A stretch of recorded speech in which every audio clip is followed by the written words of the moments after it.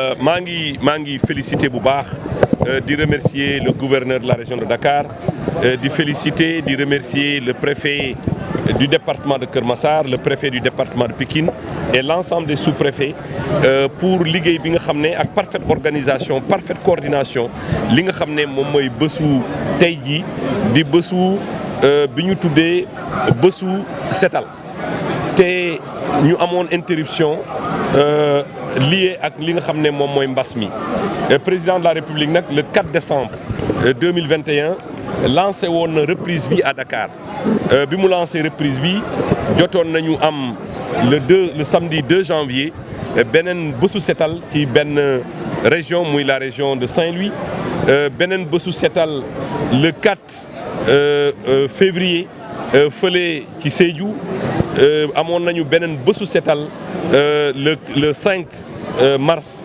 fële ci li nga xam ne moom mooy Kaolack tey jii nag le 2 avril ñu ngi tànn le département de Pikine le département de Keur Massar te tànneefu département de Pikine tànneefu département de Keur Massar nekkul rek loo xam ne dafa ñëw nii rek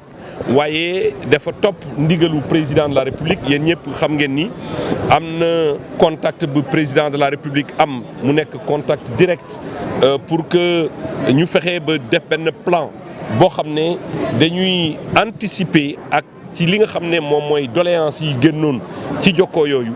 pour que ñu indi li nga xam ne mooy baral projet yi fi nekkoon dans la banlieue mais également seet yeneen projet yi nga xam ne war nañ ko sanc fii ci banlieue bi pour répondre bien sûr ci li nga xam ne moom la population yi doon wax. Gis ngeen ni aussi ci jokkoo ak Macky bu département de Keur Massar xale yi waxoon nañ ci problème mu xëy ndaw ñi ci saa si le président de la République jox ndigal ki nga xam ne moom mooy sama naataango le ministre en charge de l'urbanisme pour wax ko ni na seet nu mu gën a gaawee nu ñu yokkee quota bi nga xam ne moom la Keur Massar am ci saa si ministre bi jël na ay dispositions en rapport bien entendu ak les autorités territoriales ba tey jii may wax ak yéen jël nañu lu toll nii 225 jeunes yu dolleeku ci jeunes yi nga xam ne jëloon nañ leen ci wàllu secteur de l'urbanisme ñu yokk ci lim bi nga xam ne jëloon nañ ko si njëlbeen tey jii nag ñu ngi fii ci route de Boune route de Boune nag ñëpp xam nañ ne route bu encombré la waaye damay wax ne préfet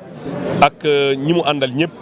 maa ngi leen di wax ne fi ngeen teg seen tànk foofu la li ñu jot a gis ci li nga xam ne moom mooy désencombrement bi ñu tàmbali fii lu ñu jot a gis ci li nga xam ne moom mooy nettoiement bi ñu engagé tey dal na xel bésu setal nekkul rek bésu setal bi nga xam ne dañ koy def ci département yem ci au moment bi may wax ak yéen 44 yeneen i 44 départements yi nga xam ne mooy Sénégal 44 départements y en a 2 déjà y a 2 déjà y a Keur Massar et on est à Keur Massar et à Pikine donc yeneen département yëpp tàmbali nañu ñoom tamit au même moment action yu mel nii loolu nag dañu bëgg non seulement mu bañ a nekk bés bi nga xam ne bi ñu tànn mu bokk ci sunu agenda mu bañ a nekk rek bésu premier samedi de chaque mois mais mu nekk bésu boo xam ne saa yu ñu yeewoo ñu war a setal sunu dëkkuwaay ñu war a setal sunu quartier ñu war a setal sunuy commune ñu war a setal sunuy ville ñu war a reboiser également gis ngeen ni léegi reboiser nañ fi ay garab dénk ko bàyyele ko ki nga xam ne moom mooy borom kenkayri bi jàkkaarloog tali bi jël na décision toppatoo garab boobu parce que xam ngeen ni ministère de l'environnement mënul topp artère u Sénégal yëpp di leen reboiser donc il va falloir que en rapport ak ñi nga xam ne dañ leen jël ci xëyu ndaw ñi mais population yi aussi impliqué wu maire yi impliqué wu c'est le lieu de féliciter et de remercier ki nga xam ne mooy sama naataango le ministre en charge des collectivités territoriales gis naa ni def na lettre circulaire mu adressé ko l'ensemble des maires du Sénégal l'ensemble des présidents de conseil départemental pour wax leen ni bésu setal seeni bés la warutul nekk rek bésu setal bi nga xam ne moom la ñu jàpp ci weer wi. Son Excellence monsieur le Président de la République ci programme am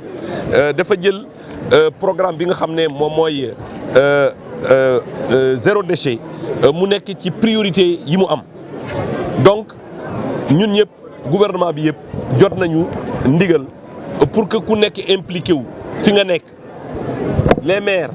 jot nañ ndigal pour que ñoom ñëpp ñu impliqué wu fi ñu nekk bien sûr en rapport avec ñi nga xam ne ñoom la ñu dénk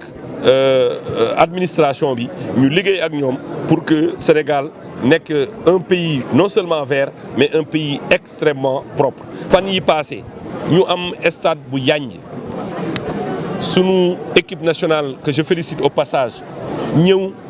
def loo xam ne duñ ko mus a fàtte ci Sénégal ñu defee ko ci anam bi nga xam ne Sénégalais yëpp kontaan nañ ci. man nee naa président de la République stade bi nga tabax nii amortir nga ko jouru match Sénégal Égypte parce que amortissement bi mooy satisfaction morale satisfaction bi population yi am fierté bi population yi am jot recevoir seeni naataangoo ci seeni réew ci stade bu yanj bi population yi jeunesse yëpp ñëw communier ak équipe bi yàlla may ñu ndam yaakaar naa ne monsieur le président vous avez déjà amorti les investissements yi nga xam ne defoon nga ko ci stade bi parce que amortissement aajuwul rek ci xaalis bi nga xam ne moom lañ ciy jëlee mais taaral xaru kanam Sénégal bégal Sénégalais yi bégal jeunesse bi buñ ko atteindre maanaam amorti nañu stade bi président de la République ñu ngi lay jaajëfal di la wax ne jeunesse bi mu ngi sa ginnaaw tey mu ngi sa ginnaaw suba incha allah parce que yaa ngi posé ay actes yoo xam ne boole woo ci wax donc président de la République ñu ngi lay sant ñu ngi lay gërëm maa ngi leen di sant yéen journalistes yi ci teew bi nga xam ne teewe ngeen ko pour anticiper question bi nga xam ne posé nañ moo ko sànq dinaa wax ni encombrement bi parce que sénégalais dafa aadawoo boo ko waxee jóge fi rek boo wonee ginnaaw mu dellu ci waat waaye li nga xam ne moom mooy désencombrement bi dinañ ko topp fépp fu ñu désencombré dinañ fexe ba reboiser ko ba indi fa ba taxawal fa ay garab ba fexe aussi di def suivi di def vérification pour que li nga xam ne foofu la ñu fépp fu ñu passé ñu bañ fa delluwaat ëllëg maa ngi sant ñëpp maa ngi gërëm ñëpp di féliciter encore une fois di remercier le gouverneur de la région de Dakar le préfet du département de Pikine ak sous-préfet yi le préfet du département de Kër Massar ak sous-préfet yi. léegi laa doon soññu ay jeunes yu bokk ci programme xëy ndaw ñi nga xam ne mooy ministère de l'urbanisme bokk ci UCG ma ne leen est-ce que jot ngeen seen salaire ñu ne ma waaw jot nañu suñu salaire. côté environnement aussi ñu ngi jéem a def suñu kéemtalaay kattan pour que képp koo xam ne recruter nañ ko ñu mu jot payooram comme ni ko président de la République digle am na nag parfois ay impair ay affaires yu ndaw yoo xam ne parfois da ngay joxe seen numéro ñu war la envoyer Wave numéro bi plafonné bu ñu envoi bi du jot loolu ñu ngi koy corriger ñu ngi koy rectifier en rapport avec nos services financiers pour que képp koo xam ne recruter nañ ko nga mun a jot sa payoor à temps parce que liggéey bi ñu leen di xaar liggéey bu am solo la pour réew mi liggéey bu am solo la pour ministère yi nga xam ne ñoo leen recruter.